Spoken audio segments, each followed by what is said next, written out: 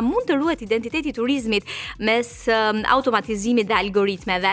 Për të folur për këtë e për shumë të tjera, ne jemi sot në studio me Ermand Mertenika, ekspert në inxhinieri fizike, biomedical engineer dhe teknologji informacioni. Uroj të jem e saktë në gjithë këto tituj. Po kënaqësi.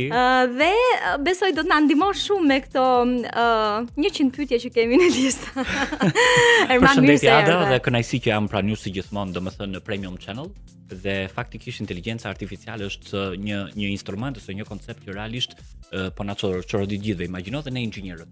Por që unë mendoj që është kthyer pikërisht pra në shokun ton, është për mua aktualisht është kthyer në shokun tim më të ngushtë, digital. Jo vetëm për ty. Pikërisht madje pikërisht edhe pyetje të ndryshme si në aspektin profesional që bëjmë apo personal të ndryshëm. Sigurisht që ajo që është më interesante është kjo periudha verore, domethënë periudha e turistike, që aktualisht ne të gjithë aplikojmë, shikojmë se çfarë ofertash fantastike do na nxjerrin domethënë. Dhe ç'është e vërteta unë mendoj që është shumë pikante dhe shumë e rëndësishme. Sepse inteligjencat artificiale me këto chatboxet, me këto ChatGPT etj, domethënë edhe na sugjeron në detaj në raport me çmimet, në raport pikërisht pra me paketat turistike të cilet janë fantastike dhe të jep disa mundësi zgjedhje që pikërisht të vendosësh.